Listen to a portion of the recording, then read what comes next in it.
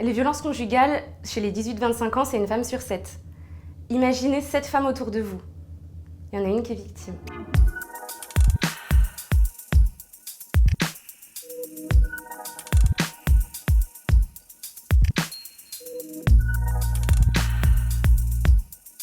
On a à peu près tous les ans les mêmes chiffres. On a en matière de violence conjugale, par exemple, une femme qui meurt tous les 3 jours en France. Et on dit une femme sur 10 qui est victime de violences conjugales. Nous n'avons pas percuté l'ampleur des violences que subissent les femmes en France. Quand on est victime de violences, souvent on est perdu, on ne sait pas où aller, on se sent isolé, on se sent responsable des violences. Donc il faut déjà déculpabiliser. Si jamais il y a une vidéo qui tourne dans un lycée avec une fille dessus qui est déshabillée, c'est pas la fille qui est la coupable, c'est la personne qui a posté la vidéo. À toutes les personnes qui ont été victimes de violences ou qui le sont encore aujourd'hui et qui nous regardent, je voudrais d'abord leur dire: je vous crois, vous n'y êtes pour rien. Le seul coupable, c'est la personne qui vous a fait subir des violences et on peut vous aider. D'abord, il y a un numéro, le 3919.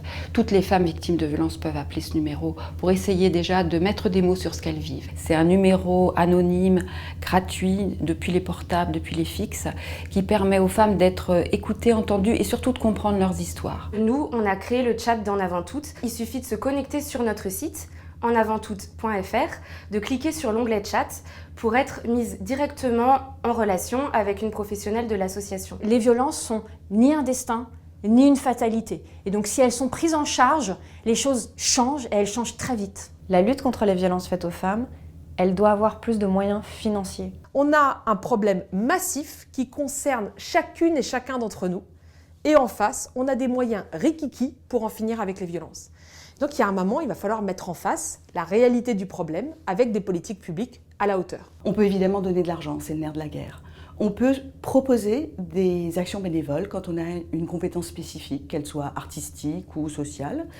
Et on peut aussi nous aider dans la pression que nous essayons de mettre sur les politiques pour être entendus. On a créé un centre d'hébergement et de réinsertion sociale, ce qu'on appelle un CHRS, à Paris.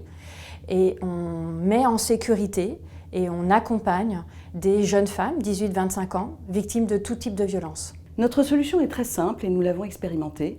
C'est un lieu unique où tous les intervenants sont présents et accompagnent la femme de l'entrée à la sortie des violences. La solution, ça serait de former de manière obligatoire et systématique l'ensemble des professionnels qui sont au contact des femmes victimes de violences. On a besoin que chacune, chacun soit formé, ça peut aller vite, en 1 ou 2 journées, à détecter les violences et à accompagner les femmes victimes pour qu'elles puissent se reconstruire. Pour agir, il y a plein d'associations, donc il ne faut pas hésiter à aller chercher les associations sur Internet, être proposé à adhérer à une association. Ou tout simplement regarder autour de vous, les femmes autour de vous, et vous demander est-ce qu'elles vont bien ?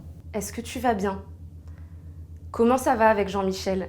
Comment ça va dans ton couple ? Parce que le simple fait de demander, ça montre qu'on se soucie de la victime et ça lui permet de faire la première démarche pour trouver de l'aide. Il y a 40 ans, Simone Veil a fait de l'IVG son combat pour la sortir d'une simple affaire de bonne femme. Ce que j'aimerais aujourd'hui, c'est que nous sortions les violences et leurs conséquences sur la santé des femmes d'une simple affaire de bonne femme. C'est notre affaire à tous, c'est une affaire de société.